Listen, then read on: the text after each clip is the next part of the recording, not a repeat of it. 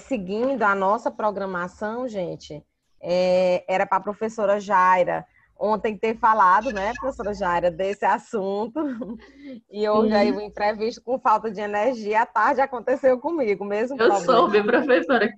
Eu falei assim, não, as Pois é, tecnologias têm à disso aqui tarde também. foi comigo que aconteceu, mas ainda bem que também deu tudo certo.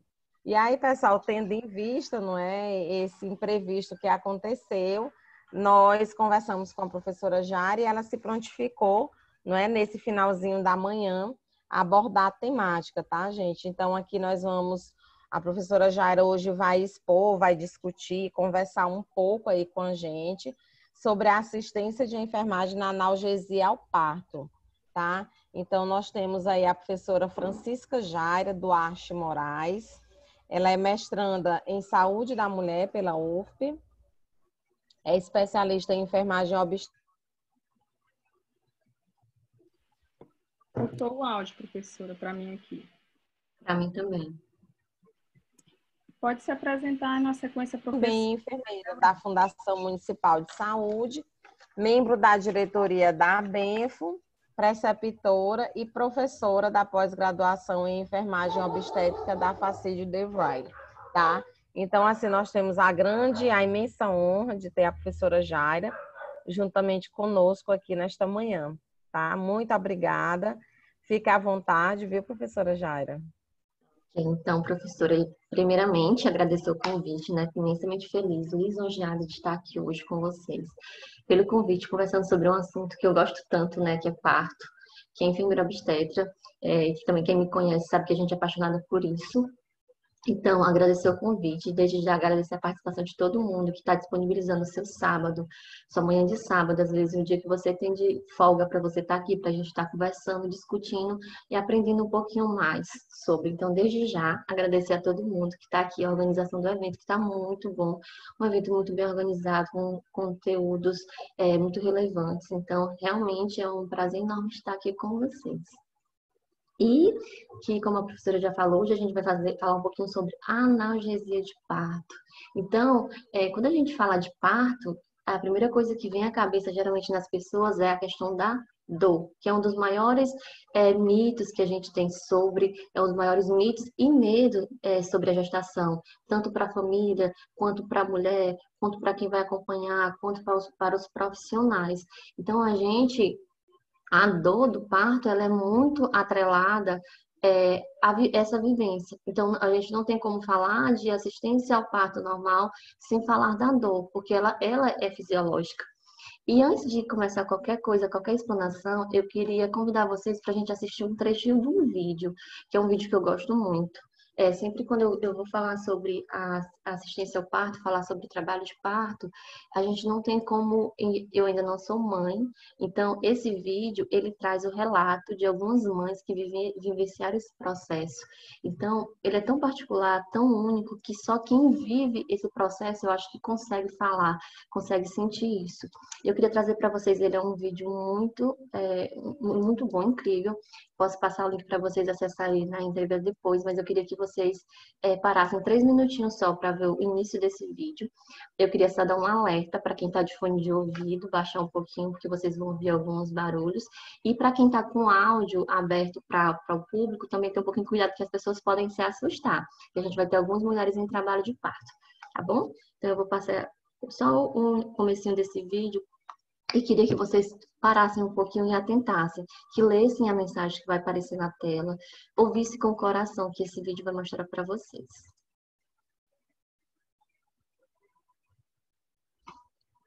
Deixa eu só ver como que eu vou projetar ele aqui.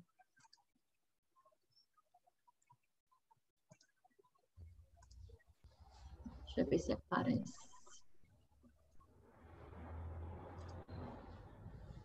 Isso, está aparecendo já. Ótimo, perfeito.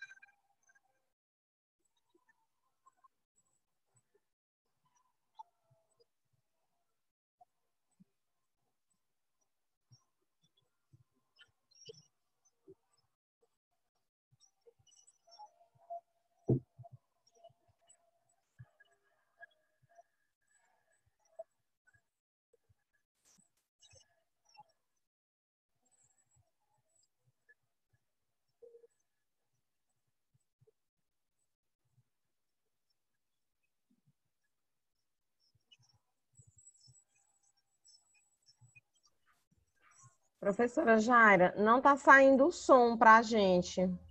Oh, não acredito. Uhum. Tudo bem, então. Mas será que dá certo que ele tem a legenda? Não, a gente conseguiu compreender tudo direitinho, essa é a mensagem dele, mas só o som mesmo que não veio. Pronto. Mas qualquer coisa você pode clicar, deixar o link aqui do vídeo, e aí a gente também pode, caso não dê certo, né, o pessoal assistir, né, no outro momento. Ah, tudo bem. Depois eu deixo o Mas link se para você. você achar que consegue colocar o som, Porque aqui para mim tá aparecendo. Agora aparece para vocês? sim, parece que sim. Tente colocar aí de novo. Tá ouvindo agora? Não. Não aparece.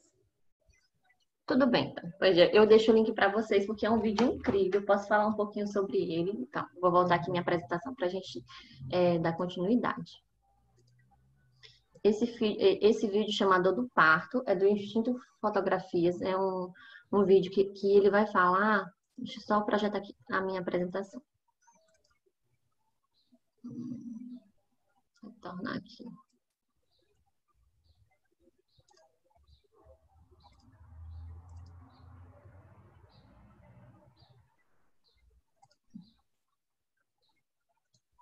Prontinho. Esse vídeo, ele traz depoimentos de 12 mulheres sobre a vivência delas no trabalho de parto. Então, a dor, ela é atrelada ao trabalho de parto. Então, quem tem a oportunidade de passar por esse processo, ele vai sentir isso porque o trabalho de parto, ele vem através das contrações. Então, são essas contrações que vão fazer com que o colo do útero, ele dilate, esse bebê vai descer, vai girar, para ele conseguir nascer. Então, eu não vou trazer para vocês essa fisiologia hoje, que seria outra aula. Mas a dor é um processo inerente do trabalho de parto. Então, essas mulheres, elas vão sentir. Era o vídeo que eu ia passar para vocês. Então, a dor do parto, faz parte da própria natureza humana e, ao contrário de outras experiências dolorosas, agudas e crônicas, não está associado a patologias, mas sim a uma experiência de gerar uma nova vida. No entanto, algumas mulheres consideram que é a pior dor sentida e muitas vezes muito superior ao que elas esperavam. Então, a dor, ela é uma experiência muito particular de cada uma dessas pessoas que vão vivenciar. A dor do parto, ela é diferente porque ela tem um propósito. Não é como uma dor de outras patologias que às vezes é um sinal de alerta. A dor do parto é um sinal que o corpo está funcionando bem, que aquelas contrações vão vir. Então, essa dor, ela vem em forma de ondas. Então, ao contrário de que muitas pessoas pensam, a dor do parto é a dor da morte, é a dor de não sei quantos ossos quebrados, elas vêm em forma de onda. Ela vem, passa, vem e passa. Então, esse é o processo. Sendo que no início do trabalho de parto, o que a gente tem fisiologicamente? Essas ondas, elas vêm mais com um intervalo de tempo mais espaçados e elas vão se aproximando conforme chegue a hora do nascimento. Então, isso é um processo fisiológico que vai acontecer. Como que essa mulher ela vai responder a isso vai depender de vários fatores. O limiar de dor, o preparo dessa mulher, o ambiente, o apoio, as tecnologias de alívio dessa dor que vão ser ofertadas para essas mulheres. Então, tudo isso vai influenciar nessa experiência que essa mulher vai ter diante da dor no trabalho de parto. Então, durante esse trabalho de parto, a gente tem as tecnologias não farmacológicas de alívio da dor e as farmacológicas. Então, o sonho de todas as mulheres é que existisse esse trabalho de parto sem essa dor, sem essas contrações. Mas, dependendo de como você vivencia isso, você pode ressignificar essa dor e ter uma experiência muito positiva. Como é o caso daquele vídeo que eu ia passar para vocês, que tem um depoimento de muitas mulheres que elas vão falar justamente sobre isso, como que elas receberam essa dor, como que foi a percepção dela, como que elas conseguiram passar por todo esse processo. Então, o que que a gente tem de analgesia para o parto? Então, a analgesia ele vem com esse intuito de aliviar essas dores, essas contrações, para que essas mulheres possam passar pelo trabalho de parto e parto de uma maneira mais confortável, com essa experiência mais positivas. Então, essa aula eu encurtei um pouquinho, porque eu sabia que nosso horário ia ser mais reduzido, então a gente tem as duas maneiras. Tem os tipos de analgesias não farmacológicas e as farmacológicas. E hoje a gente vai falar principalmente das farmacológicas, que é uma coisa ainda que a gente não tem uma vivência muito grande, principalmente para quem faz esse atendimento, quem trabalha e faz atendimento pelo SUS. Então, o que a gente tem dos métodos não farmacológicos? Que hoje eu não vou me ater a eles, eu vou apenas citar alguns. Os principais que a gente já tem boas evidências científicas é o banho de imersão. Então, quando a mulher tem a oportunidade de ter banheira para fazer essa imersão, ela tem um excelente resultado, tá? Para o alívio dessas contrações, desse mecanismo da dor. Temos a massagem, a acupuntura, temos hipnose, audioanalgesia e a aromaterapia que está chegando aí com muita força. Então, a aromaterapia vem ganhando espaço muito grande, não só como popularidade, mas estudos de evidências científicas de boas consistências. Então, em breve a gente já tem e está crescente o número de estudos que mostram os benefícios da aromaterapia no alívio da dor do trabalho de parto. Mas hoje a gente não vai falar sobre esses métodos não farmacológicos.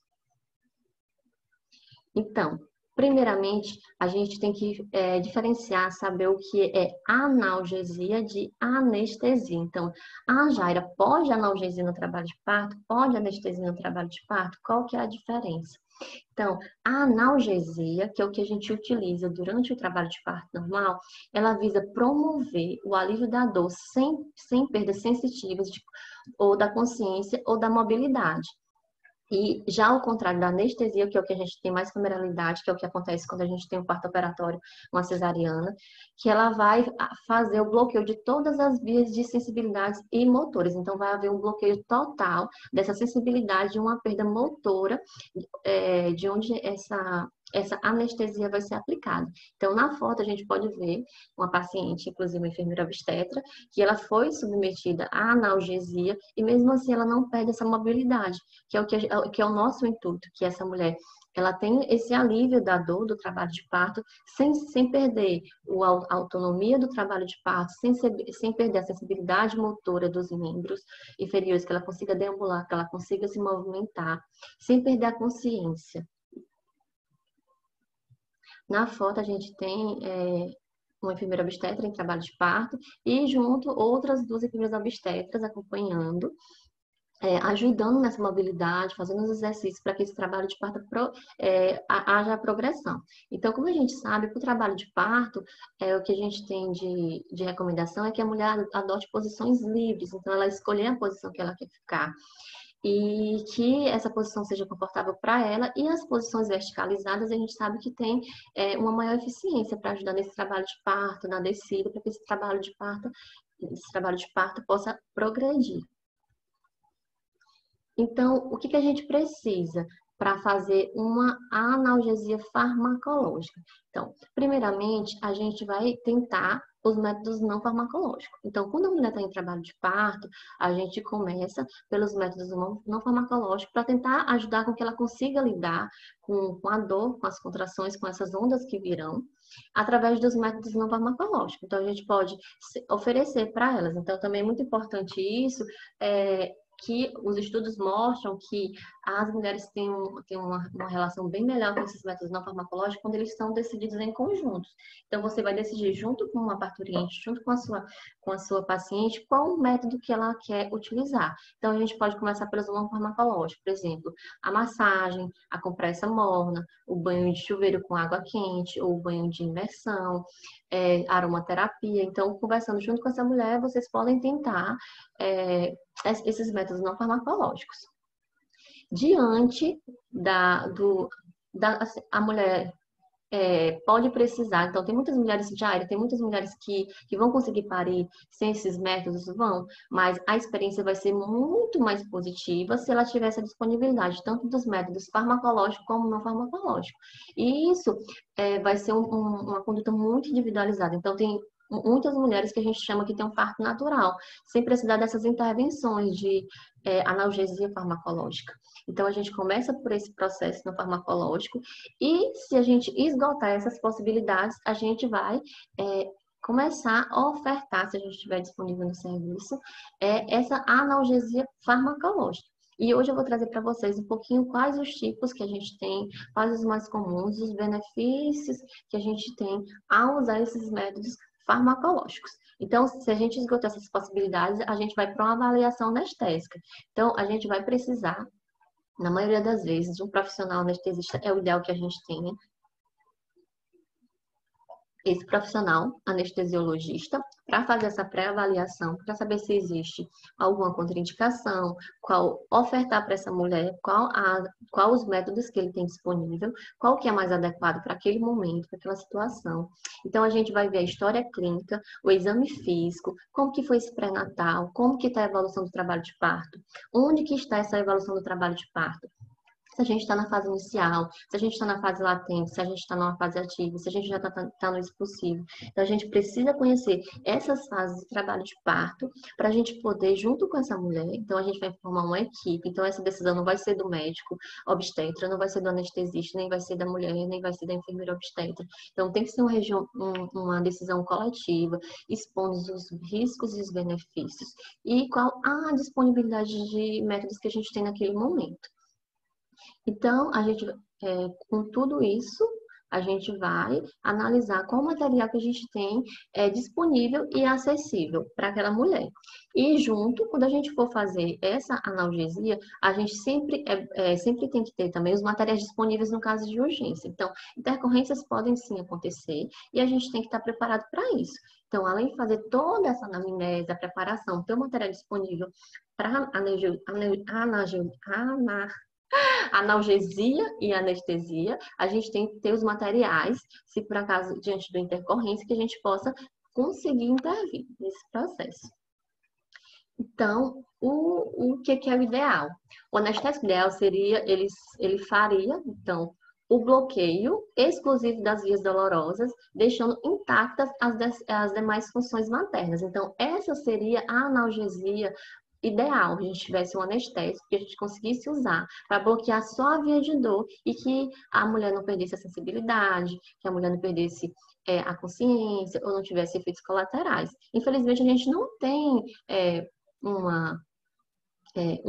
anestésico que faça só isso, que faça exclusivo um bloqueio total da dor sem que haja um comprometimento de outras vias.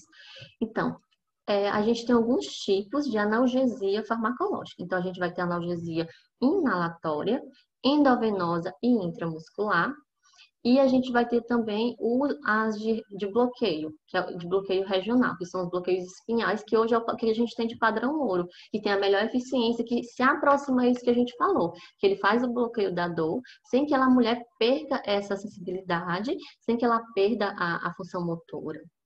E como que a gente vai escolher? Eu já até falei um pouquinho para vocês que isso vai ser uma decisão conjunta, vai ter que ser uma decisão da equipe. Então, conversar junto com o médico obstetra que está assistindo esse parto, e conversar com a mulher, o anestesista vai analisar, vai fazer a anamnese, conversar, ver o histórico clínico dessa mulher. A gente vai analisar em que momento esse trabalho de parto está, para conseguir fazer essa escolha de forma que seja eficiente, para que ela não trabalhe esse trabalho de parto, para que ela possa ajudar e principalmente a atingir o nosso objetivo, que é fazer o alívio da dor dessa mulher. Então, promover esse conforto para que essa mulher consiga seguir com o seu trabalho de parto.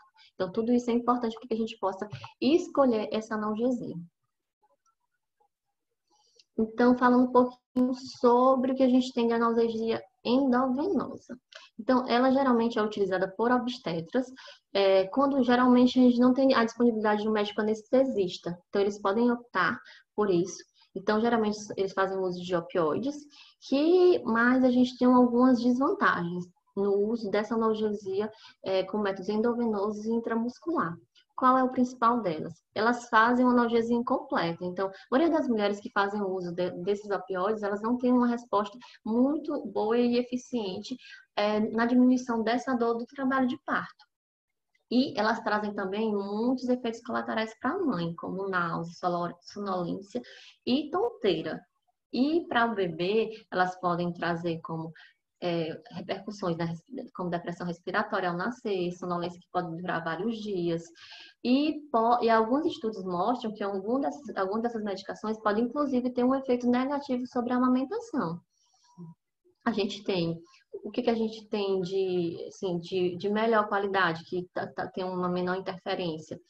A diamorfina e o remifitanil. Eles mostraram nos estudos que eles têm uma menor interferência no desfecho fetal, mas que eles vão ser utilizados em dose progressiva, mas que sejam utilizados por profissionais que estejam familiarizados com a técnica. Então, é importante que eles conheçam bem como que agem esses anestésicos, qual a concentração ideal, até quando que você pode utilizar para que não haja nenhuma repercussão negativa para a mãe e para o bebê. Então, a gente tem isso disponível, esse método, essa analgesia endovenosa intramuscular, mas que elas não têm, tanto pelas experiências maternas que os estudos mostram, eles não têm uma boa eficiência e trazem muitos efeitos colaterais. Quando a gente vai comparar o risco-benefício, o benefício de alívio da dor e esses outros efeitos colaterais, esses efeitos colaterais pesam muito nesse momento.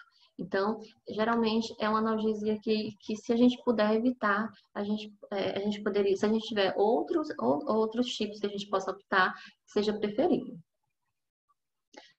Falando um pouquinho sobre a analgesia inalatória. Então, aqui no Brasil, ela é muito pouco conhecida. Então, existe, e ela é fantástica, muito boa, é muito usada na Inglaterra, nos Estados Unidos, e ela é uma das mais antigas que a gente tem. Então, quando a gente vai estudar um pouquinho da história, ela é uma das que é utilizada há muito mais tempo. Então, a analgesia inalatória, ela é feita com óxido nitroso a 50%. Ela pode ser utilizada na fase ativa do trabalho de parto, que é, em geral, quando as mulheres mais relatam essa questão da dor do trabalho de parto. Então, é a fase que a gente pode dizer que é mais dolorosa, que é quando essas contrações. Então, essa fase ativa é quando as contrações ficam mais próximas da outra, que a gente já tem uma dilatação maior do que 5 centímetros. Então, ela pode ser usada nessa fase do trabalho de parto. Ela é pouco indicada no período expulsivo, porque ela causa um alívio menor nessa fase. É uma boa analgesia quando a gente vai estudar a satisfação materna, tem alguns estudos que mostram, então ela tem um bom efeito analgésico.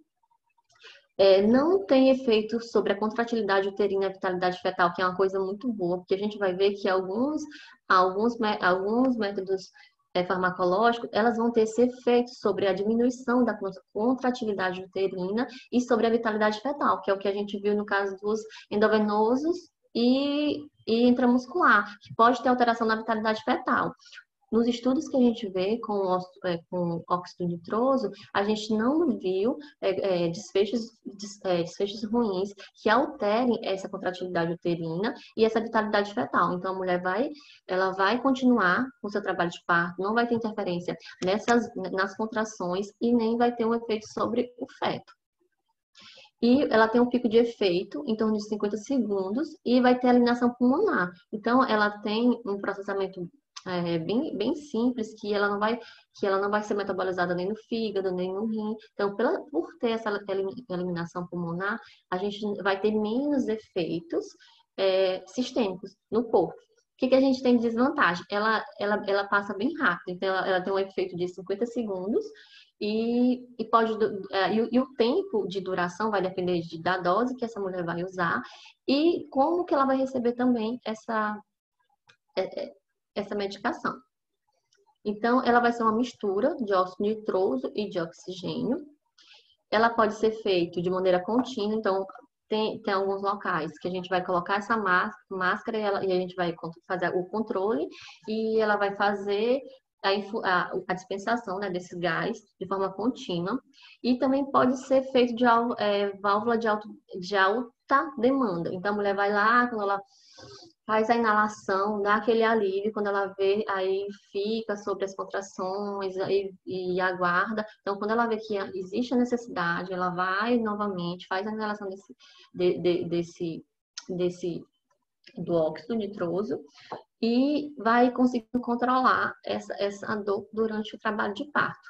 Então, ele pode ser feito em ambiente cirúrgico ou na acomodação de internação. Eu vi até algumas reportagens que na Inglaterra, onde ele é muito utilizado, inclusive até em parto domiciliar, as parteiras, elas levam o cilindro com óxido nitroso para que as pacientes possam fazer uso em casa. Então, como ele não tem grandes efeitos colaterais, não tem repercussões sobre o feto e a mãe, então eles podem estar sendo, porque essas podem estar sendo utilizados por essas pacientes que são de baixo risco, que têm esses partos domiciliares. Como eu falei já no início, ele é pouco conhecido no Brasil, então a gente quase não tem. Na verdade, eu não conheço, pelo menos aqui no Piauí, que é a realidade que eu conheço, eu não conheço algum estabelecimento que faça o uso e tenha disponível essa analgesia farmacológica inalatória. O que a gente tem de efeito colateral que a gente pode trazer? Náusea, tonteira, vômito e alterações da memória, que às vezes ele também é conhecido como gás hilariante. Então, a mulher, às vezes, ela entra nesse estágio um pouco mais de euforia que pode causar essa alteração da memória, mas são bem raros esses acontecimentos. Na verdade, então, ele é seguro e muito bom para ser usado. Então, seria uma opção que se a gente conseguisse estabelecer nos hospitais para que as nossas mulheres, as nossas gestantes tivessem ter acesso a essa tecnologia de alívio da dor. E a gente tem os bloqueios regionais, que é o que a gente tem, como eu falei para vocês lá no início, de padrão ouro, que ele tem, que a gente vai ver quais os benefícios. Então, a gente tem a epidural, a RAC epidural e a RAC anestesia. Então, começando falando um pouquinho sobre os bloqueios em geral. Então, ele proporciona o alívio da dor mais efetivo do que os outros métodos que eu falei para vocês, tanto o endovenoso muscular e o inalatório. Então, ele tem um efeito muito bom nesse bloqueio do alívio da dor. O que os estudos mostram para a gente? Que ele pode prolongar o segundo estágio do trabalho de parto, que é o expulsivo. Então, alguns estudos mostram que as mulheres que fazem uso desses bloqueios regionais, que pode ser a anestesia, a epidural ou a combinada, e o segundo período do estágio de trabalho de parto, ele pode ter, sim, um prolongamento. Os estudos mostraram também para a gente que houve um aumento da necessidade de parto instrumental, então do uso de fórceps ou vácuo extrator para essas mulheres que fizeram a opção por esse método. Os estudos mostram para a gente também que ele não prolonga o primeiro estágio, que é o estágio de dilatação. Mas as mulheres que fizeram uso desses bloqueios regionais, houve uma necessidade maior do uso de ocitocina durante esse trabalho de parto, tanto durante essa primeira fase. Então, o primeiro período, a gente não teve diferença no tempo. Mas as mulheres, em geral, precisaram fazer uso de ocitocina com mais frequência. E isso por quê? Porque ele pode, ao contrário do óxido nitroso que a gente viu que não tem influência sobre as contrações, eles podem interferir nessa fisiologia das contrações. Então, pode ser que as contrações diminuam um pouquinho durante o uso dessa analgesia e a gente precise fazer o uso de ocitocina para fazer essa correção da dinâmica uterina. E quando a gente vai analisar as mulheres que precisaram de cesariana, que fizeram uso da analgesia, a gente não houve diferença. Então, os estudos mostram que fazer o uso desses bloqueios regionais não aumenta o número de indicações para cesáreas, por exemplo. Então, o que a gente tem de efeitos colaterais que os estudos observaram? Elevação de temperatura materna em nulíparas. Então, observou-se que essas nulíparas, quando são submetidas a esses bloqueios regionais, houve esse aumento de temperatura, a hipotensão, retenção urinária também. Alguns estudos mostraram que essas mulheres que tiveram acesso a esses bloqueios regionais tiveram maior hipotensão e retenção urinária. E a dieta com resíduos, ela é proscrita. Então, essas mulheres que fazem uso de bloqueios regionais, por exemplo, elas vão ter uma dieta mais restrita durante o trabalho de parto. Então, a gente vai até ver qual é a indicação dessas mulheres durante o trabalho de parto, se elas podem se alimentar e o que elas podem se alimentar. Então, desde já adianto para vocês que a dieta com resíduos, ela é proscrita para essas pacientes que fazem o uso de bloqueio regional. E o que a gente tem de contraindicação? Então, quem que não pode fazer esses bloqueios regionais? Recusa da paciente é o primeiro, claro. Então, a paciente tem que manifestar o desejo de querer ter acesso à analgesia. Sepse, infecção ou tumores no local da punção, no caso de bloqueios regionais, no caso. Então, onde a gente vai fazer a punção, se houver infecções ou tumores, essa analgesia vai ser contraindicada. Mulheres com coagulopatia ou trombocitopenia, pressão intracraniana elevada, alteração do nível da consciência, que a gente vai ver que a gente vai precisar ver em que estágio que essa mulher está, então a gente precisa que ela esteja em um estado de consciência, hemorragia, hipovolemia ou instabilidade cardiovascular. Ou então que essa paciente tenha alergia conhecida a alguma das drogas utilizadas, que a gente também vai ver quais são as mais utilizadas.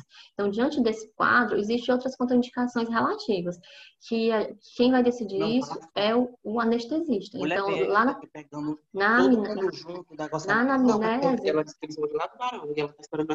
tem alguém com o microfone ligado.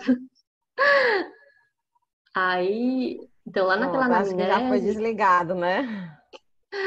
Tá bom, professora, obrigada.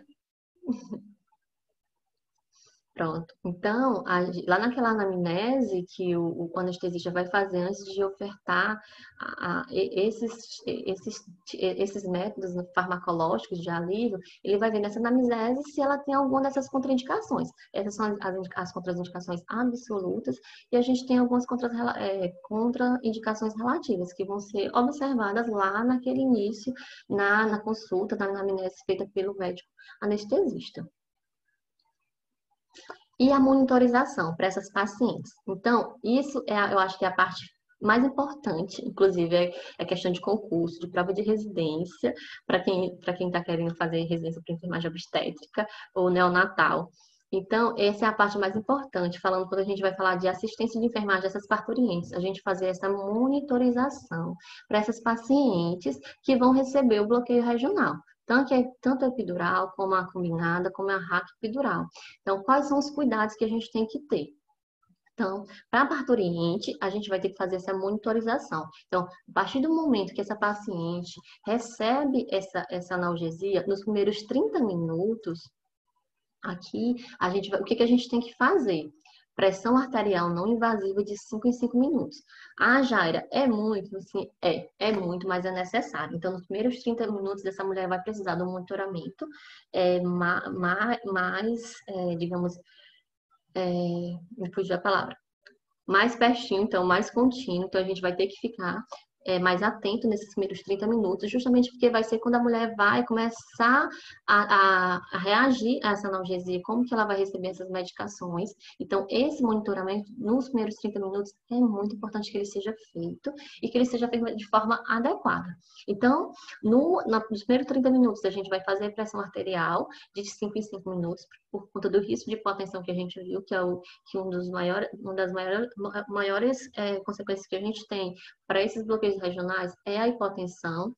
Então, a gente vai fazer 5 em 5 minutos, nos primeiros 30 minutos, a verificação de PA dessa mulher. A oximetria tem que ser contínua, então, a partir do momento que a gente vai fazer a analgesia, instalar o oxímetro de pulso para essa mulher, que a gente vai conseguir acompanhar tanto a oximetria como a frequência cardíaca, que ela vai ter que ser contínua durante todo esse método. E após 15 minutos, que essa mulher receber essa analgesia, o que a gente vai avaliar?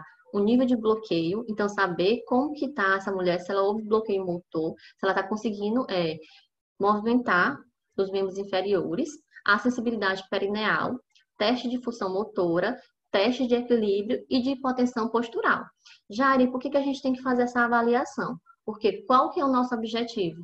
Fazer com que essa mulher tenha um alívio da dor, mas que ela possa se movimentar, continuar com aquele trabalho de parto efetivo, que ela possa ser protagonista. Então, ela só vai conseguir fazer isso se ela tiver autonomia, se ela não tiver esse bloqueio motor dos membros inferiores. Então, a gente faz esse teste, o nível de bloqueio, para saber se realmente passou a dor. Então, se aquela analgesia foi suficiente para fazer esse alívio da dor para essa mulher. Então, a gente vai fazer e vai testar se ela consegue ficar equilibrada, né? Para que ela consiga deambular e adotar as posições que ela desejar. E que não vai haver essa hipotensão postural. E para a ausculta fetal, então ele dá duas opções para a gente fazer. Então, essas medicações, elas também, quando a gente viu, elas também podem ter efeito sobre a vitalidade fetal. Então, o monitoramento para esse bebê também tem que ser rigoroso para a gente entender, para a gente saber se essa analgesia não está afetando nessa vitalidade fetal. Como que a gente faz isso? Durante o trabalho de parto, a gente faz a ausculta intermitente. Então, a gente faz acompanhamento dos batimentos cardiofetais, que a gente chama de BCF, durante todo o trabalho de parto. Então, o que a gente tem de recomendação hoje para assistir ao trabalho de parto na fase ativa é de ausculta de meia em meia hora. Então, a cada 30 e 30 minutos, para pacientes em trabalho de parto natural, no caso, a gente faz essa ausculta de forma eficiente, que eu acho que o Vitor até falou ontem, que é uma ausculta que a gente faz antes, durante e depois da contração, durante um minuto inteiro. Então, a gente tem que avaliar se não houve as desacelerações, se não está havendo uma bradicardia fetal, uma alteração. Então, quando a gente faz esses bloqueios regionais, para analgesia, a gente tem a opção de instalar, de fazer uma ausculta contínua, que a gente faz através da cardiotocografia, que foi falada ontem, ou então a gente pode fazer intermitente. E como que a gente faz essa ausculta intermitente? Nesse momento, nos 30 primeiros minutos, que essa paciente recebeu essa analgesia de bloqueio regional, a gente vai fazer de 5 em 5 minutos. É muito, Jaira? É muito, mas é necessário. Não é muito, na verdade. É o adequado. Então, para a gente ter certeza que essa vitalidade fetal não foi afetada, que não foi comprometida, ou a gente vai instalar cardiotópico para fazer esse monitoramento contínuo durante os primeiros 30 minutos, ou a gente vai fazer a ausculta intermitente de 5 em 5 minutos. E se a gente estiver fazendo essa ausculta intermitente de 5 em 5 minutos e encontrar alguma anomalia, então durante a ausculta você percebeu alguma desaceleração, alguma bradicardia ou alguma taquicardia fetal, a gente vai instalar a cardiotocografia e fazer aquela avaliação belíssima como foi ensinado a fazer ontem, para saber se realmente existe esse sofrimento fetal, se existe comprometimento fetal. E após os 30 minutos. Então, a gente pode tomar uma conduta menos rigorosa de monitorização. Então, após os 30 minutos, a gente vai fazer a avaliação da pressão de 1 em 1 hora, a avaliação também do bloqueio motor, também de 1 em 1 hora, para saber se a mulher, se houve esse comprometimento das funções motoras dessa mulher. Então, a gente pode espaçar para o intervalo de tempo de 1 em 1 hora. A oximetria e a frequência cardíaca, elas continuam contínuas. Então, ideal é que essa mulher esteja com oxímetro de pulso de maneira constante, durante todo o restante do trabalho de parto. E a ausculta fetal. Então, ela também vai seguir intermitente, como no restante do trabalho de parto. E se houver alguma alteração da vitalidade fetal, a gente vai instalar a cardiotocografia para avaliar melhor essa alteração, se realmente houve alteração ou se não. E nos primeiros 30 minutos também, se você constatar a inefetividade, então tem algumas mulheres que recebem esse bloqueio regional, mas que relatam, que informam que não houve melhora da dor, que não houve esse bloqueio. Então, o médico anestesista, ele vai avaliar e vai decidir se houve uma falha da técnica utilizada e vai revisar isso individualmente. Se a técnica foi feita adequadamente, ou se a mulher, se ela não está respondendo essas medicações, então a gente pode acontecer de algumas pessoas responderem melhor a determinadas medicações e outras mulheres não. Então, o médico vai fazer essa avaliação. Então, após 30 minutos, é o tempo que a gente espera para saber se realmente foi efetiva ou não o controle dessa dor. E falando um pouquinho sobre os tipos de analgesia. Então, como eu falei para vocês, a gente tem a epidural, a RAC, anestesia, e a combinada, que é epidural com a RAC. Falando um pouquinho sobre a epidural, que é uma das que a gente mais utiliza, que tem um excelente efeito, excelente resultado para esse bloqueio da dor. Então, ela é feita entre o espaço L3, L2 e L3, ou L3 e L4, com a agulha adequada, apropriada para isso, no caso, então, de tamanho 16 ou 18. Então, quem vai decidir isso é o médico anestesiologista. E quais são as medicações que são mais utilizadas, os anestésicos mais utilizados? Levobupivacaína, mais fentanil ou a sulfentamina. Então, essa associação desses dois anestésicos, a concentração, quem quiser estudar um pouquinho mais a fundo, a gente tem no manual do Conitec, Diretrizes da Assistência do Parto Normal, tem um capítulo inteiro que fala só sobre analgesia, e lá ele traz bem detalhadas as concentrações da primeira dose, da segunda dose, como que a gente pode progredir. Então, quem quiser estudar um pouco mais a fundo, nesse manual do Conitec, ele traz bem detalhado, inclusive as revisões sistemáticas, os estudos que mostram as doses que tem que ser usado, que devem ser usadas. Então, essa medicação, ela vai ser aplicada, ela vai ser aplicada aqui no espaço epidural. Ó, aqui é o cateterzinho que vai ser inserido. E ela tem uma grande vantagem que, por exemplo, ela pode ser utilizada em diferentes estágios do trabalho de parto, então, tanto na fase do trabalho de parto ativo como no expulsivo. A epidural é uma tecnologia, um anestésico, um método farmacológico que pode ser utilizado. A epidural, ela também tem uma grande vantagem que ela pode ser convertida para a via abdominal. Então, se a gente tem uma paciente que vai fazer o uso dessa epidural, a gente tem duas maneiras de fazer.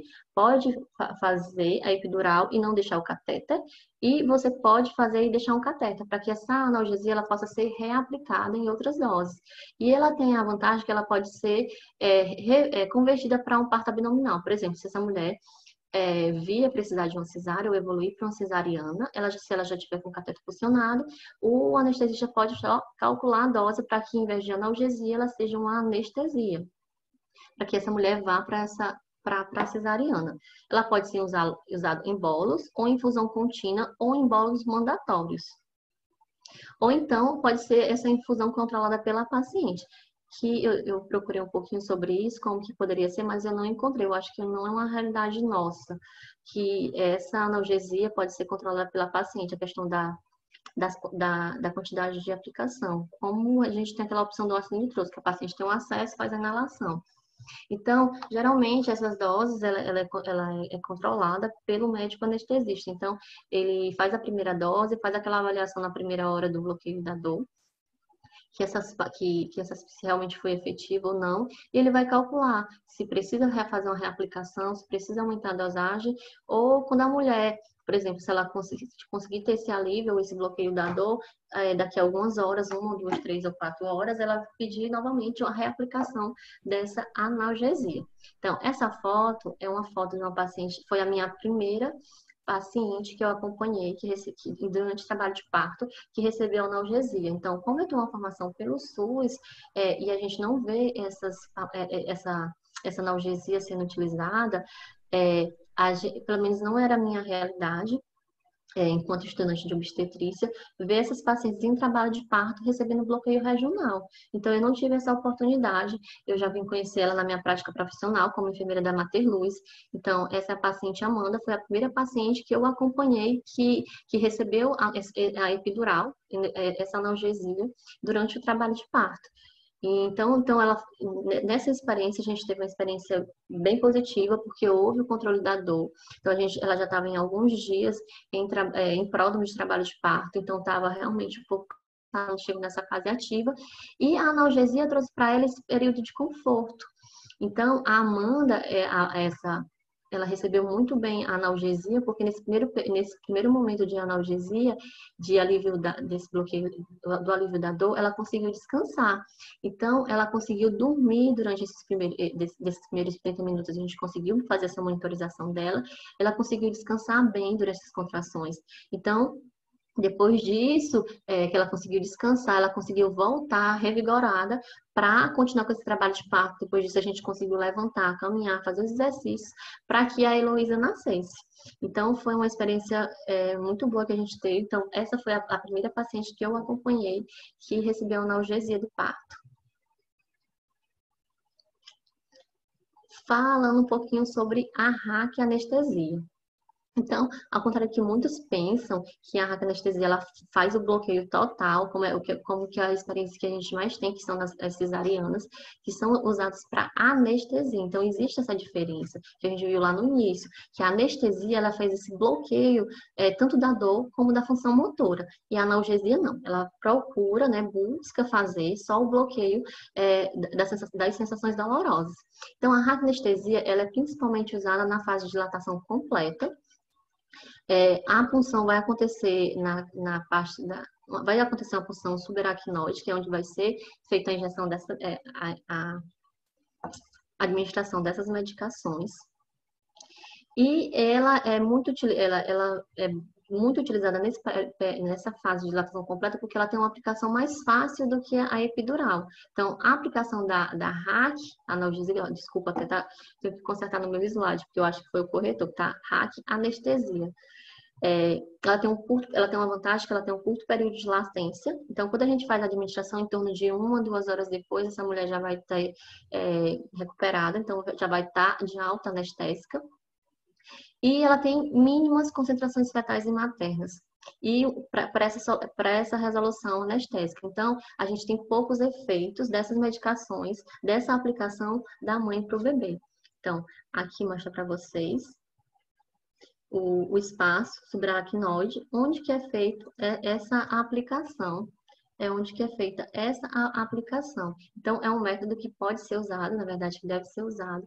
É uma excelente opção para a gente usar durante o trabalho de parto. Então, a gente pode... outra indicação também são os partos operatórios. Então, alguns pacientes, no período expulsivo, vão precisar de algumas intervenções, como, por exemplo, o vácuo extrator ou o uso de fórceps, que são uns métodos, por ser um pouco mais invasivo, vai precisar de manipulação perineal, e gerar um desconforto ainda maior para essas mulheres que já têm as contrações. Então, o que a gente pode fazer? A RAC, ela também pode ser utilizada quando a gente precisar fazer essas intervenções. Então, se a gente tiver... Geralmente, são intervenções que precisam ser feitas rápidas, né, no final do período expulsivo.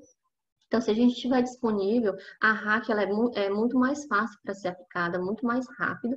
Então, ela é a de primeira escolha para esses procedimentos de parto operatório. Então, se a gente for precisar de fazer um parto com vácuo extrator ou com o uso de fórceps, a gente pode estar utilizando essa RAC para fazer o alívio dessa dor dessa mulher. Então, o que a gente vai utilizar de medicação? Bupivacaína mais fentanil ou a sulfentamina, que vai ser administrada por 15 segundos. Então, é bem rapidinho a aplicação. E ela vai fazer um bloqueio motor e simpático mínimo. Então, essa analgesia, quando feita na dosagem correta, com a aplicação correta, ela não vai restringir a movimentação dessa mulher, que é justamente o que a gente quer. E a duração dura mais ou menos 30 minutos, que isso é excelente também para que essa mulher consiga retornar o quanto antes para o alojamento conjunto, para a enfermaria, para onde ela for destinada. Então, se não houver o bloqueio motor, ela pode ter alta em seguida do parto para poder ir para a enfermaria ou para o alojamento conjunto. E a gente também tem a opção do bloqueio combinado, que é o RAC peridural, que ela vai fazer a associação desses dois métodos, tanto da RAC como da epidural. Então, quais são as vantagens que a gente tem? A conversão da anestesia peridural, quando necessário, né? Se a gente precisar evoluir para uma cesárea, então a paciente já vai estar com catéter da epidural, que vai facilitar a aplicação, novamente, dessas medicações, que vai transformar a analgesia em anestesia, para que essa mulher possa ser operada. Ela tem um início de ação rápido, excelente analgesia, possibilita a administração nos estágios iniciais do trabalho de parto, que ao contrário do que a gente pensa, que ela só pode ser aplicada durante a fase inicial, essa analgesia, apesar de não ser tão usual, elas podem sim ser usadas na fase inicial do trabalho de parto. Por exemplo, a gente tem pacientes que passam, às vezes, muitas horas, muitos dias em fase latente do trabalho de parto. E isso causa um esgotamento materno muito grande. Então, muitas dessas pacientes, se não tiver o alívio da dor, elas vão entrar num processo de desgaste físico e mental e não vão conseguir, quando chegar na fase inicial do trabalho de parto, elas estão esgotadas. afetadas fisicamente e emocionalmente. Então, essa analgesia, ela é bem-vinda também, com essas indicações bem indicadas e bem calculadas nesse período de trabalho de parto também. Então, nesses casos de exaustão materna, essas analgesias também podem ser utilizadas, apesar de ser bem menos usual. Então, ela faz o bloqueio mínimo, como a gente já falei, e mais rapidez na dilatação completa do colo uterino. Então, alguns estudos mostram que quando a gente usa essa técnica, a gente houve uma melhor, teve essa maior rapidez durante essa fase do período de trabalho de parto. Então, como eu falei para vocês, já mostrei antes, né, o espaço da epidural e aqui da raquianestesia. O que acontece?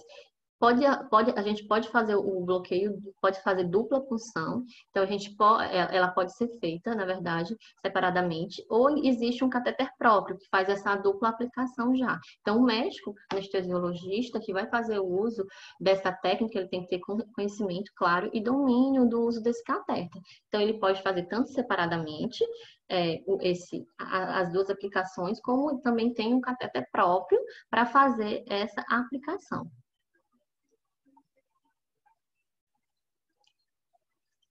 Então, ela pode ser muito útil, abreviando o trabalho de parto. Por quê? Porque, gente, que a gente fala muito sobre isso.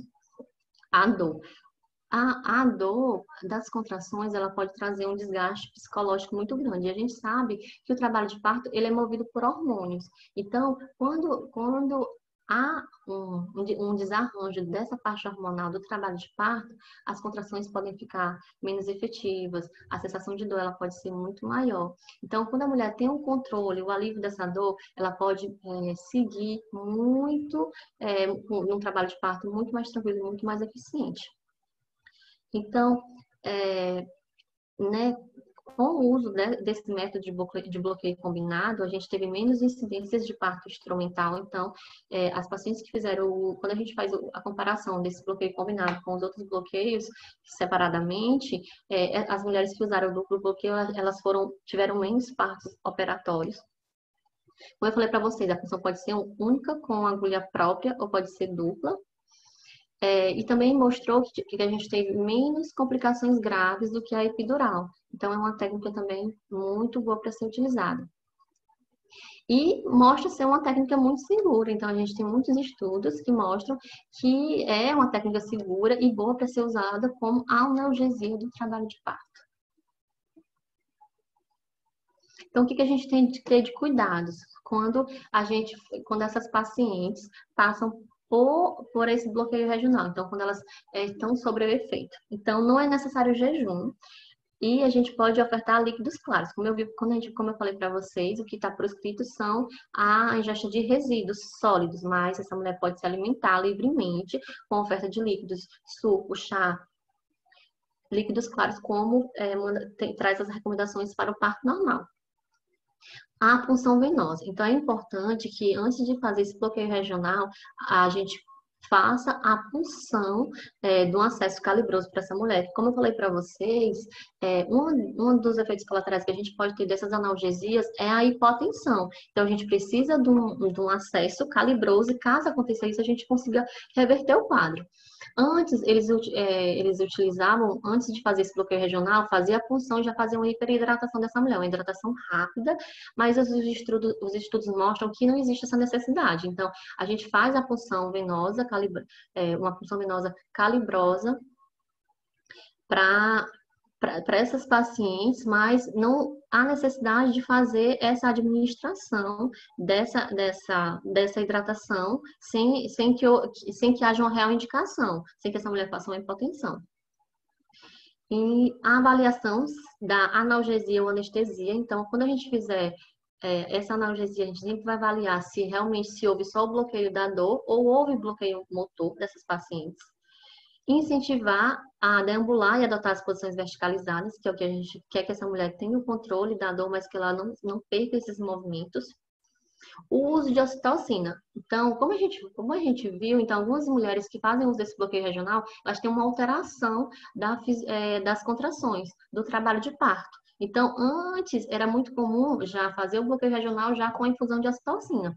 Hoje a gente tem que fazer, o que a gente recomenda é não fazer o uso irracional, claro, não só em pacientes que têm esse bloqueio regional, mas em qualquer trabalho de parto a gente não deve fazer o uso de ocitocina irracional. Então, se houver a necessidade, sim, a gente vai usar a ocitocina, mas para isso tem que haver uma avaliação, se realmente houve uma mudança desse padrão de contração, se realmente esse padrão de contração, ele precisa ser corrigido. Então, nós vamos fazer essa avaliação e se houver a necessidade, se houver a diminuição desse padrão de contração de dinâmica uterina, a gente vai fazer o uso de ocitocina. Então, não é necessário já fazer o bloqueio regional e infundir ocitocina. Sempre vai ser uma avaliação muito individualizada. E no caso de hipotensão, a gente vai fazer a reposição volêmica, que é o que a gente mais tem de complicação nesses bloqueios regionais, é a hipotensão. Então, como a gente já posicionou o acesso calibroso para aquela mulher, ela está confortável, a gente está monitorizando ela, a partir do momento que a gente detectou essa hipotensão, a gente vai fazer a reposição volêmica, até a gente corrigir o quadro, para aquela mulher se sinta bem e consiga levantar-se, deambular e fazer esses exercícios para conseguir parir. Ou não, se ela quiser ficar deitada, a gente também vai respeitar essa vontade. E após 30 minutos, como eu já tinha até falado para vocês, então após os 30 minutos iniciais é o tempo que a gente espera, aguarda para fazer a avaliação do nível dessa dor. Então, a partir desse bloqueio regional, geralmente a gente tem uma resposta bem rápida, quase que imediata, mas a gente aguarda até 30 minutos para fazer essa avaliação, ou para repetir a dose, ou para rever a técnica, ou para rever a concentração do que foi administrado, mas a gente aguarda esse período de 30 minutos para avaliar o alívio da dor, se realmente essa analgesia foi eficiente. E não direcionar os puxos com dilatação completa. Então, o que a gente às vezes observa na prática? Então, essas mulheres com esse bloqueio regional, apesar de não perder totalmente a função motora, algumas delas elas perdem a sensibilidade de sentir a vontade de empurrar, que o período expulsivo traz. Então, algumas mulheres perdem mais ou menos essa função. E isso vai ser muito relativo. Então, algumas mulheres sentem, outras mulheres não sentem. Então, algumas mulheres pode acontecer que tentando fazer a analgesia, essas mulheres fiquem em anestesia, que haja esse bloqueio da função motora, infelizmente. Isso vai depender do profissional que está assistindo, vai depender de como a mulher vai receber essa analgesia, de como que foi calculada essa dose. Então, a gente tem essas possibilidades também. Mas o que acontece? Então, se a gente examinou a paciente e viu que ela está com essa dilatação completa, não é necessário que se faça puxos, que a gente chama de puxos dirigidos, né? Porque os puxos involuntários vai acontecer no período expulsivo e a mulher vai sentir a vontade involuntária de empurrar, de colocar força para esse bebê nascer. Então, não precisa. Então, constatou dilatação completa, não precisa direcionar os puxos imediatamente para que esse parto aconteça muito rápido. O que acontece? Quando que a gente deve direcionar os puxos? Então, o que mostram os estudos para a gente? Que a gente precisa, talvez, de uma interferência maior. Se o tempo for maior do que 1 hora, então você avaliou a dilatação completa. E se em 1 hora depois que você avaliou essa dilatação completa, essa mulher não sentiu os pulsos involuntários, a vontade de empurrar a força, não iniciar esse processo fisiologicamente, você vai ajudar a direcionar esses pulsos. Então, durante a contração, isso é muito importante. Você primeiro vai fazer a avaliação. Então, está completa. Precisa imediatamente direcionar esses pulsos? Não precisa. A gente vai aguardar 1 hora.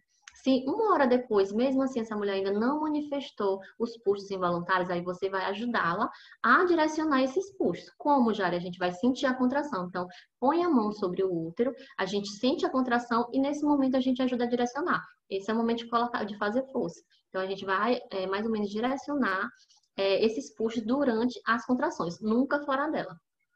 Ou então, quando a gente vê a cabeça do bebê no canal vaginal. Então, às vezes, houve essa descida, houve os puxos, então esse bebê está saindo, a gente está vendo a cabeça do bebê, então a gente também pode ajudar a direcionar os puxos, que a mulher pode ter perdido essa percepção nesse período expulsivo. Então, você fez a visualização da cabeça do bebê no canal, então a gente vai ajudar a direcionar. Então, se a gente tiver essas duas situações, ou uma dilatação completa superior a 1 hora, ou o bebê já no canal vaginal, então a gente vai sim incentivar esses puxos dessa mulher sempre durante as contrações.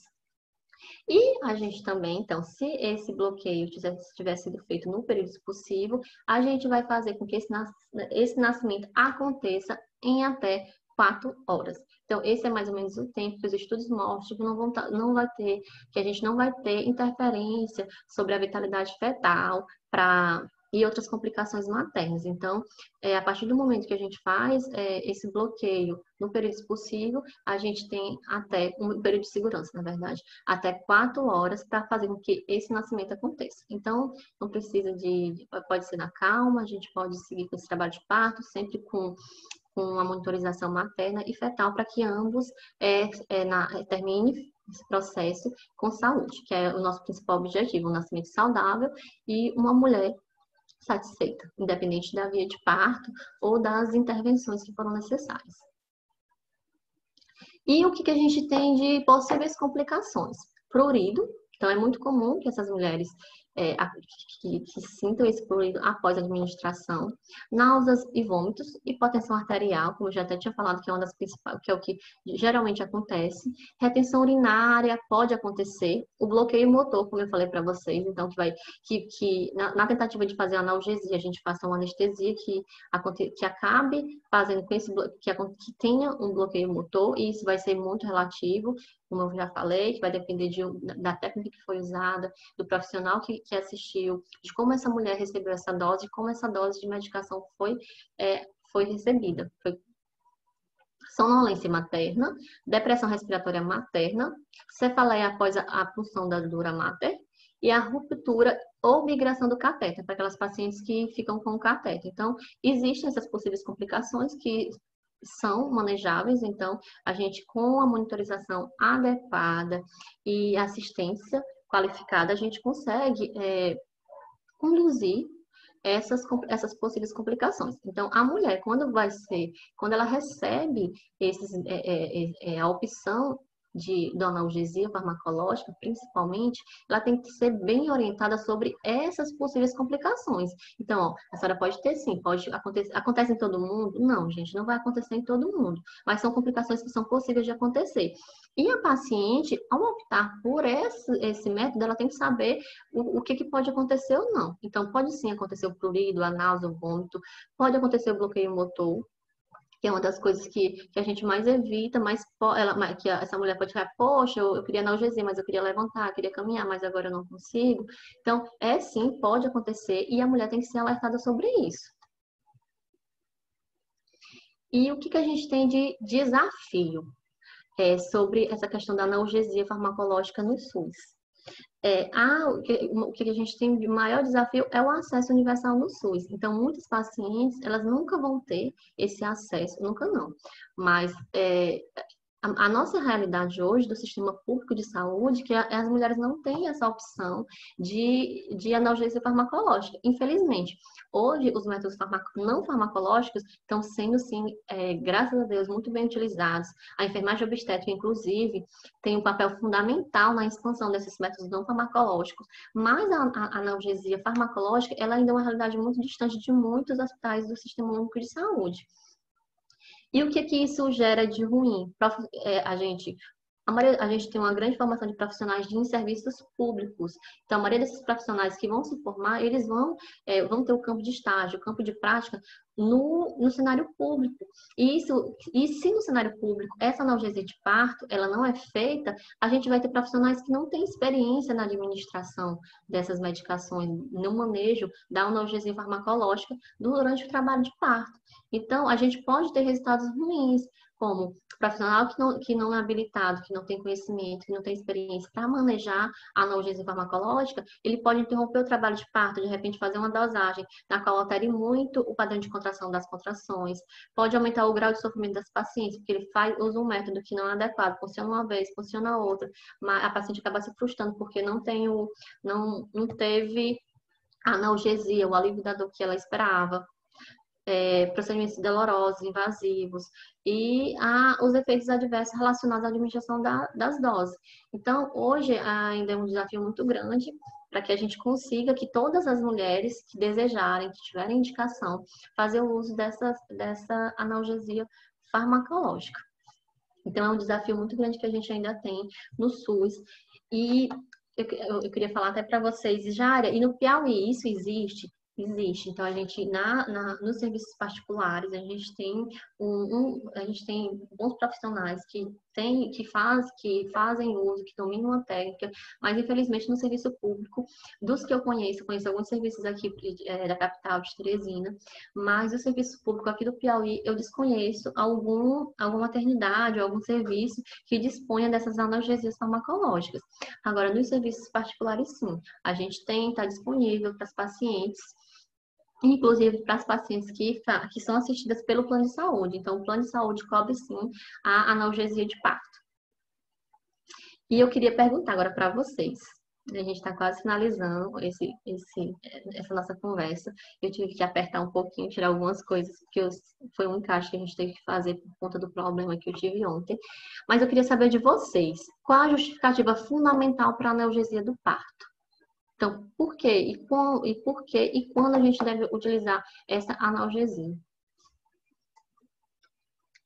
Eu queria que alguém que estivesse no chat, alguém que pudesse me auxiliar agora para dar uma olhadinha se alguém vai me responder.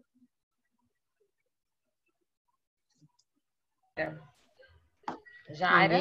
Oi, professora. Oi. Tá me ouvindo, Jaira? Tô sim, professora. Pronto, muito bem.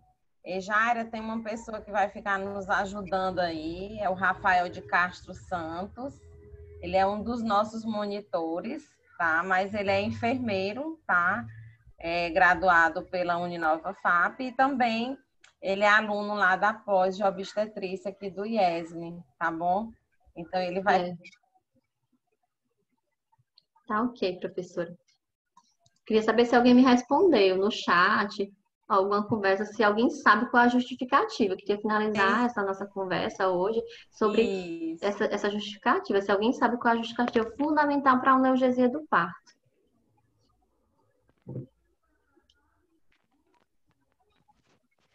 E Rafael, você está aí? Oi, bom dia. Oi, bom dia. Eu gostaria de começar, né, agradecer primeiro a palestra incrível, né, da professora Jaira, né? Eu já vi que tem várias perguntas aqui, mas, assim, respondendo a pergunta dela, né, acho que ninguém ainda respondeu no chat, né? Mas eu acho que uma das justificativas principais da analgesia é a escolha da paciente. Eu não sei se ela concorda também. Pronto, Rafael, brilhante. Era exatamente isso que eu queria ouvir de vocês. É a solicitação materna, gente. Então, a analgesia, tanto farmacológica como não farmacológica, a nossa justificativa fundamental é a solicitação materna. Então, não é a escolha do obstetra, não é a escolha do anestesista, não é a escolha da equipe, da enfermeira, da doula. A justificativa é a solicitação materna. Então, se essa mulher está num processo de trabalho de parto e ela quer o alívio dessa dor, ela sente essa necessidade, a gente vai oferecer.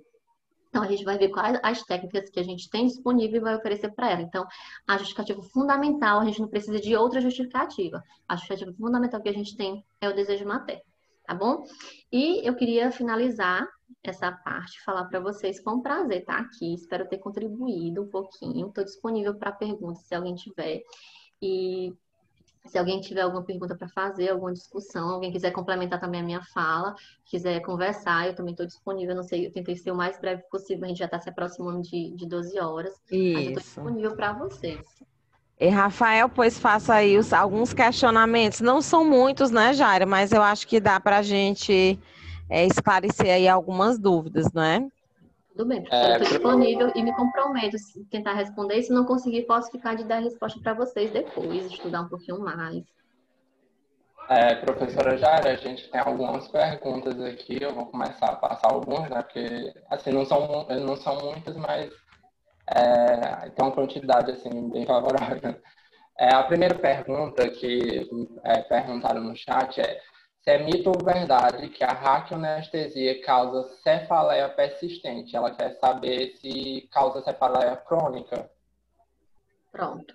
Ah, sim. Existe a diferença que eu falei para vocês, da raquianalgesia e da anestesia. Então, a gente vai ter uma diferença muito grande da dosagem.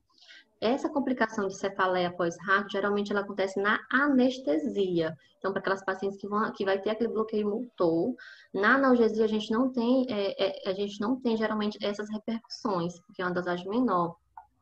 Só o que acontece?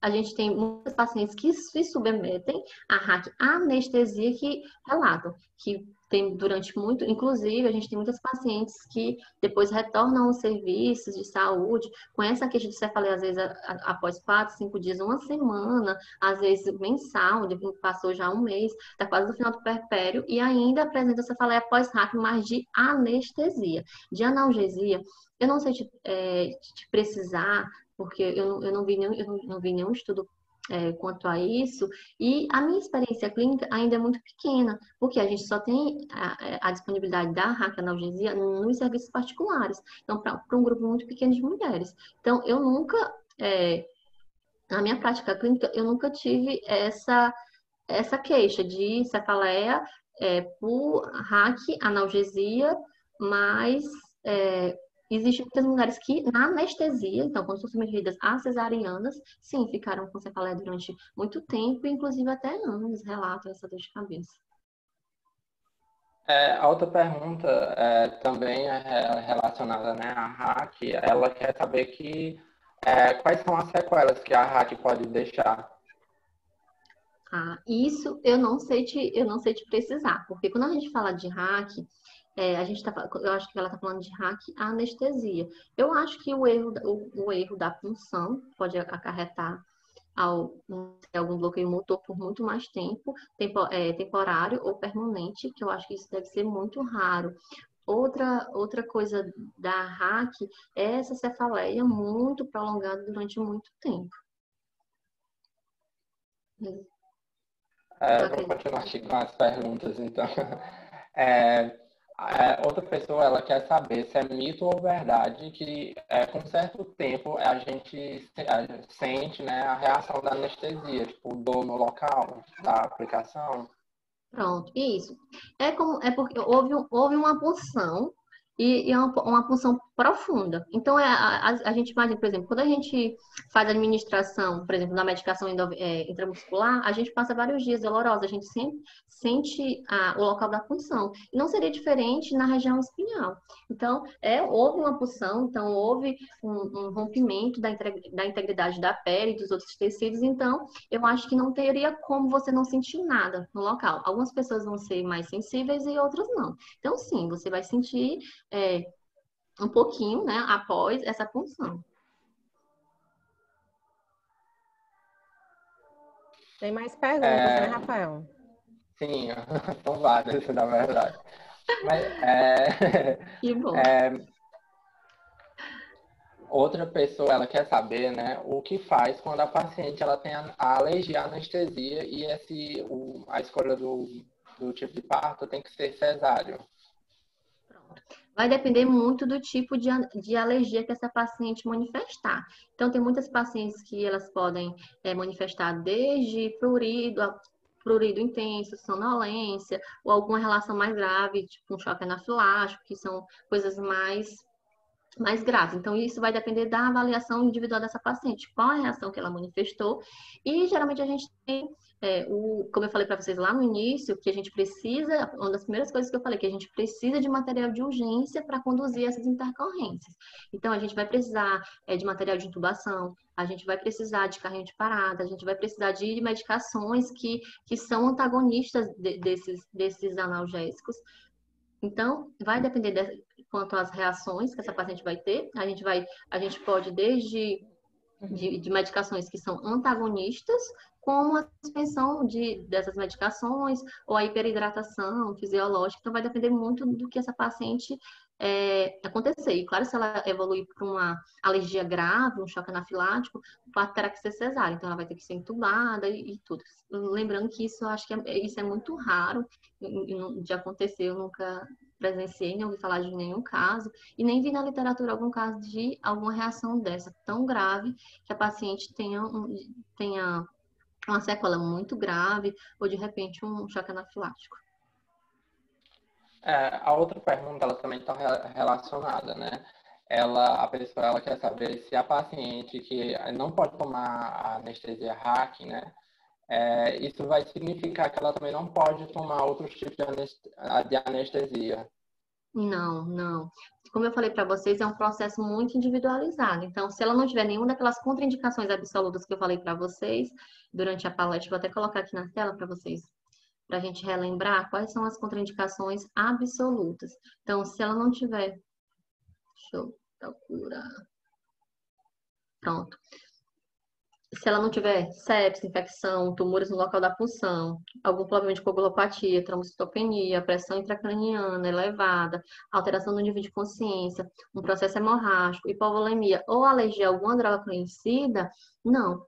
Esse processo vai ser analisado pelo médico anestesiologista. Então, durante a anamnese, ele vai fazer a análise do que se ela não pode tomar RAC, mas tem outro tipo de analgesia que a gente pode oferecer para ela. Então, isso realmente também vai ser uma conduta individualizada. A próxima pergunta, acho que já foi respondida, né? Mas só para dizer ela aqui, né? Perguntar. Ela queria saber se o enfermeiro é contra a anestesia, né? E acho que já foi até respondido na questão que você tinha feito no final da apresentação, né? Que a gente realmente tem que ver, a gente não tem como ser contra, né? Porque a gente tem que ver a escolha da paciente. Eu gostaria que você complementasse. Perfeito, Rafael. Você foi muito pontual na sua pergunta. Então, não é o que eu quero.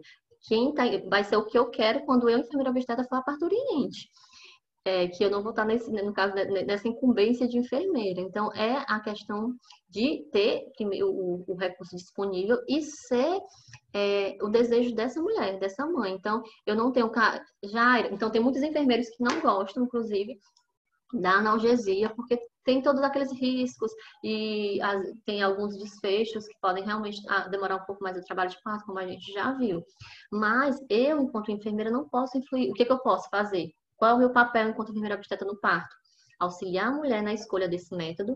Então, eu vou conversar com ela, dizer o que ela tem disponível. Então, esses são os métodos que a gente tem, são os farmacológicos, são os não farmacológicos. Esses são os benefícios e esses são as possíveis, essas são as possíveis efeitos colaterais ou efeitos adversos que a gente pode ter. Então, o meu papel enquanto enfermeira é conhecer. Então, é muito importante a gente conhecer essas técnicas, conhecer esses métodos e conhecer como que funcionam e quais são essas possíveis complicações ou intervenções. Então, o meu trabalho é conhecer isso e conversar com essa mulher de forma clara, objetiva, segura, que ela consiga entender quais são os riscos e os benefícios e possa fazer uma decisão consciente. Então, o meu papel no parto como enfermeira não é gostar ou não gostar, é ser a favor ou não a favor da analgesia, mas sim ajudar essa mulher no processo de escolha. Tem só mais duas perguntinhas para finalizar. Tudo bem, amor? A outra pergunta, né?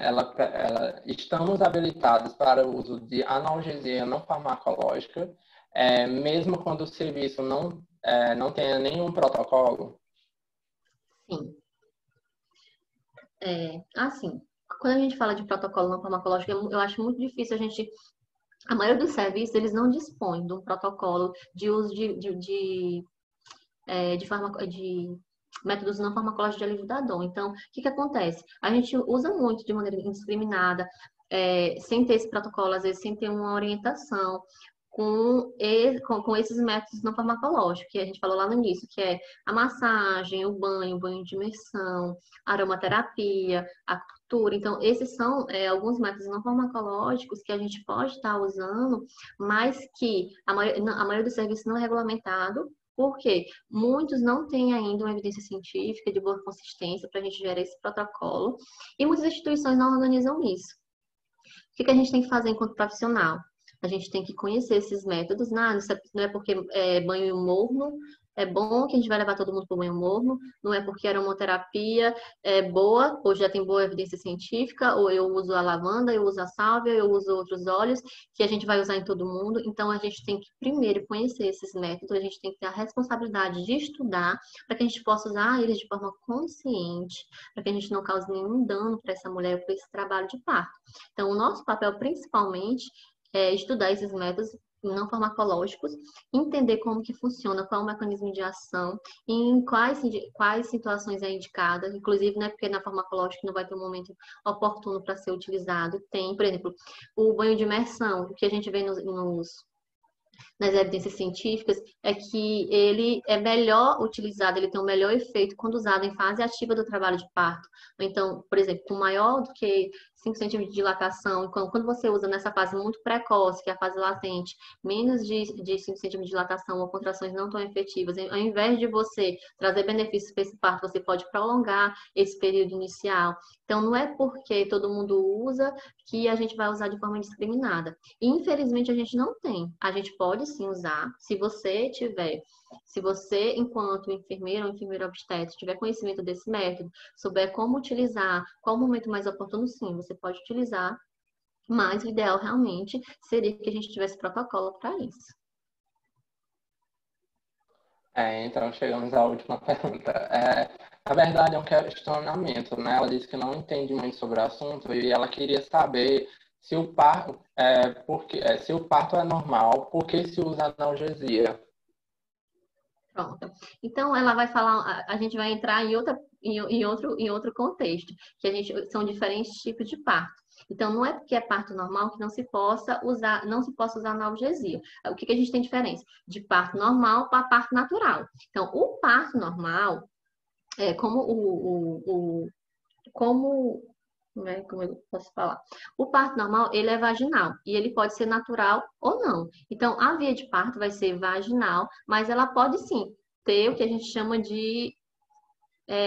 dessas intervenções, de analgesia, por exemplo, ou do uso de vapo extrator, ou uso de fórceps. E isso não vai deixar de ser um parto normal, sim, um parto natural. Por quê? Houve a necessidade de uma intervenção. Então, se aquela mulher for parir normal, sem intervenção nenhuma, ela vai ter um parto natural, que não houve necessidade nem fazer analgesia e nem de manipulação, por exemplo, de um parto instrumental no final, de um vapo extrator ou de um fórceps.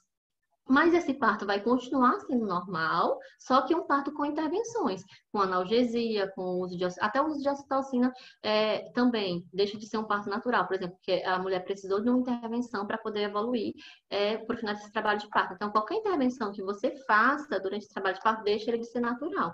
Então, o que é um parto natural? Um parto que não houve rompimento artificial de membranas, um parto que não houve uso de ocitocina, um parto que não houve o uso de analgesia. E o que a gente tem um parto normal com intervenções? São partos que, por exemplo, a paciente precisou de uma miotomia, que é quando a gente rompe a bolsa artificialmente. A paciente precisou do uso de ocitocina, porque as contrações porque durante o trabalho de parto, as contrações espaçaram e a gente precisou corrigir essa dinâmica uterina. Analgesia, a paciente chegou no limite de dor, no limiar de dor que para ela foi o limite. Então, a gente precisou usar analgesia para fazer o alívio dessa dor. Então, isso são passos normais com interferências. Então, com o uso de tecnologias que a gente tem para isso hoje. Então, tem muitas mulheres, tem N mulheres que a gente consegue sim ter esse parto natural, sem precisar de nenhuma intervenção, que vão evoluir, mas tem mulheres que vão precisar. E a gente tem essas tecnologias hoje, a gente tem profissionais habilitados, a gente tem estudo, a gente tem protocolo para isso, para usar a favor dessa mulher. Então, se eu posso oferecer essa mulher e se ela quer e é o desejo dela, por que não? Excelente. Então, era isso mesmo de pergunta. Eu gostaria de agradecer de novo a professora Jaira, né, por encerrar nosso evento, né, com chave de ouro. Eu espero que todos tenham gostado, né, e que todas as informações tenham ficado claras, né? Pronto. Eu que agradeço a oportunidade de estar aqui com vocês. É muito bom falar de parto e me deixar disponível também. Então, quem quiser pegar meu e-mail, meu telefone, pode entrar em contato com a professora Raquel, com alguém da organização. Estou disponível para tirar qualquer dúvida, para conversar com vocês. E só agradecer, dizer que é um assunto que é realmente pouco falado, porque realmente não é nossa prática clínica, mas que as nossas mulheres merecem, não só analgesia, elas merecem muito cuidado. Então, conhecer o que a gente tem de melhor para elas, conhecer esses riscos, esses benefícios, independente de ser essa analgesia ou outros métodos, é muito importante, porque o nosso papel é fazer essa diferença para essas mulheres, para que elas tenham uma experiência positiva, além dessa experiência positiva, a gente tem a mãe e bebês bem. Então, esse é o nosso principal, a nossa principal função enquanto enfermeira, que eu acho que é o nosso maior público, são enfermeiros, técnicos de enfermagens, na assistência a essa mulher. Fazer com que essa mulher tenha um parto bem assistido, de qualidade, que mãe e bebês fiquem bem no final. Então, esse é o nosso objetivo principal. Tá bom? Um abraço Tá para todo ótimo. mundo. Agradecer a professora Raquel pelo convite, tá? Eu adorei estar com vocês hoje conversando. E me coloco à disposição se alguém depois quiser falar comigo, tirar alguma dúvida que eu possa ajudar. Tá Professora, ótimo, obrigada. tem a sua Professora projeção, por Catiane. gentileza, enquanto eu dou alguns recados. E em Pronto. seguida a professora Raquel vai fazer o fechamento. Quem a senhora pode manter o slide onde tem lá o seu nome completo, né? Se tiver o e-mail para o pessoal já ir anotando, é bom. Tá bom. Eu vou só tirar encerrar a apresentação, aí a senhora depois eu projeto novamente. Pronto. Ok. Pessoal, aqui eu sou a professora Catiane Souza e juntamente com a professora Raquel, a gente está organizando esse evento, né? Mas por trás da gente tem toda uma equipe. Então, nós enviamos meia hora antes de terminar os formulários para vocês preencherem, né? E eu peço que vocês olhem, preencham o nome adequadamente, porque nós vamos usar esse formulário para gerar o certificado de forma automática, né? Então, vocês receberão nos e-mails de vocês o link para que você possa acessar seu certificado. Mas quando, professora? Que bom que vocês perguntaram, né? Vai ser a partir de quarta-feira, ok? E os vídeos vão estar disponíveis no canal Inova Nursing a partir de sábado, porque precisa a gente fazer alguns ajustes, né? Mas vai ficar disponível sim. Agora, em relação à frequência, vocês sabem que precisariam ter pelo menos 75% de participação, correto? Então, gente, não deixem de assinar a frequência, não deixem de responder os nossos feedbacks, tanto do palestrante quanto do evento como um todo, né? Porque nós crescemos em enfermagem quando a gente se une em prol da nossa profissão, né? E o Inova Nurse, ele é bem isso. Ele quer que a enfermagem cresça e que a enfermagem seja mais, certo? Então, assim, eu sou enfermeira Catiane, tenho minhas atribuições e tenho minha área de atuação, assim como todas as colegas que passaram por aqui, né? Mas em um outro momento oportuno, nós vamos falar de outros temas, entendeu? Então é importante que vocês coloquem o e-mail que você mais tem o hábito de abrir. E também coloque lá para a gente, no formulário, o contato conforme foi disponibilizado aí no link, ok?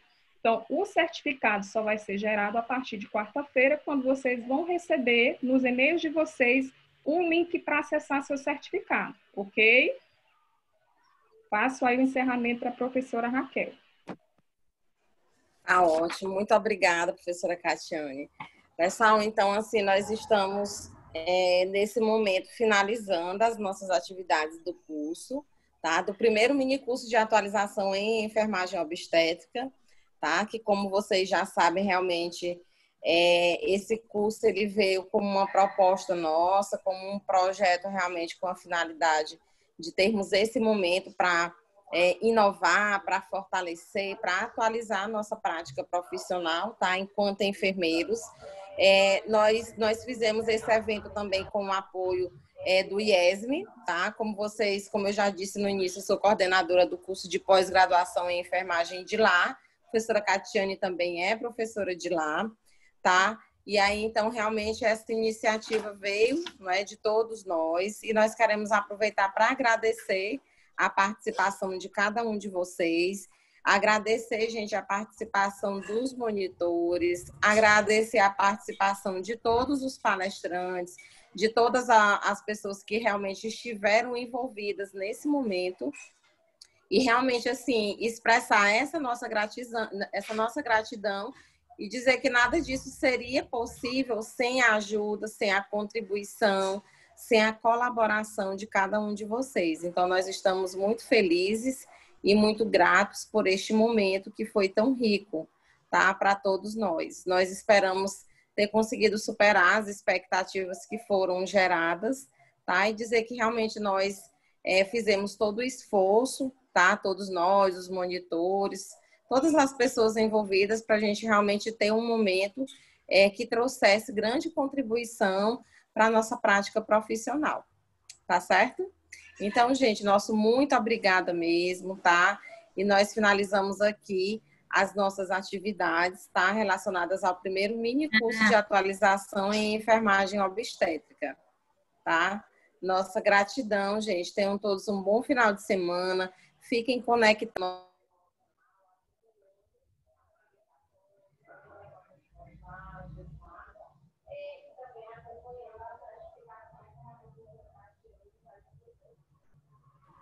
Professora, seu áudio está desativado. Oh, meu Deus, eu não acredito. Mas foi só o finalzinho, professora. Só o finalzinho. Pronto. Ah, foi só o finalzinho, né? Pronto. Então, gente, só dizer que foi um prazer, tá, estar com vocês esse final de semana. E para vocês nos seguirem, acompanhar todas as publicações, tá? Ver, acompanhar aí a questão da certificação, como a professora Catiane explicou, tá? E realmente, assim, mais uma vez, agradecer a todos vocês, todos os participantes, todos os monitores, todos os colaboradores, todas as pessoas que estiveram envolvidas aí nesse momento, tá bom? Muito obrigada, gente. Agradecer a professora Catiane também por essa parceria, não é? Agradecer a professora Márcia, do IESM, as nossas representantes das nossas entidades de classe, né? Lá do Corém, do COFEM, da ABENFO, tá? E dizer que foi um grande prazer, pessoal. Pois um bom dia, um bom final de semana a todos. Bons estudos, pessoal, e até a próxima. Até.